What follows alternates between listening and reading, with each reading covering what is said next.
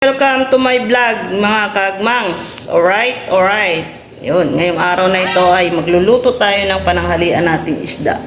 So, simple lang naman ang ating lulutuin. At nagpapakulong na tayo ng luya na mayroong dahon ng sibuyas. Ito lang naman mga kagmangs, papakita ko sa inyo ang ating lulutuin. Alright. Bagong umaga, bagong araw, bagong tanghali, bagong hapon, bagong gabi, bagong video na naman ang ating ipapakita sa ating mga viewers. Alright? Yan, itong isda na ito. Tapos, plus, may repolyo at yung gulay. Yun.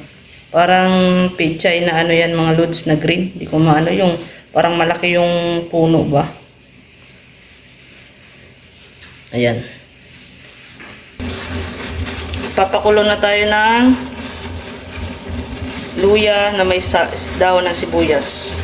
At ilagay na natin ang ating gulay at isda. Ipagsabay na natin para sabay na silang maluto mga idol, mga kapatid, mga kaagmangs.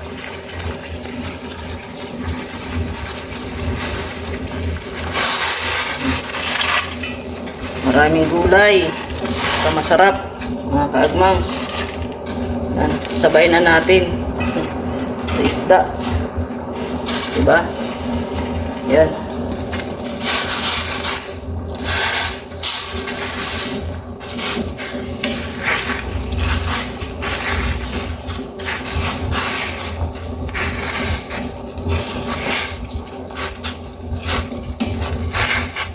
Yan, ito na yung ulo natin niluluto. Ayan mga kaagmangs. Medyo mainit na. Palalabasin natin yung katas ng gulay, no? Medyo marami yata sa bawah, pero sakto lang ito kasi marami tayong gulay.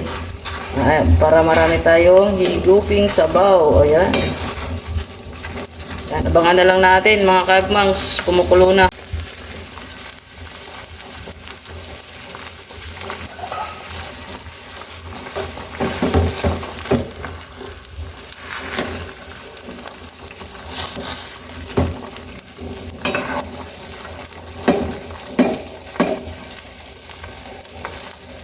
Lagyan na natin ng asin at magic sarap na kaagmangs. Ayan.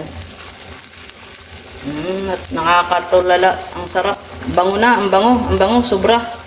Alright.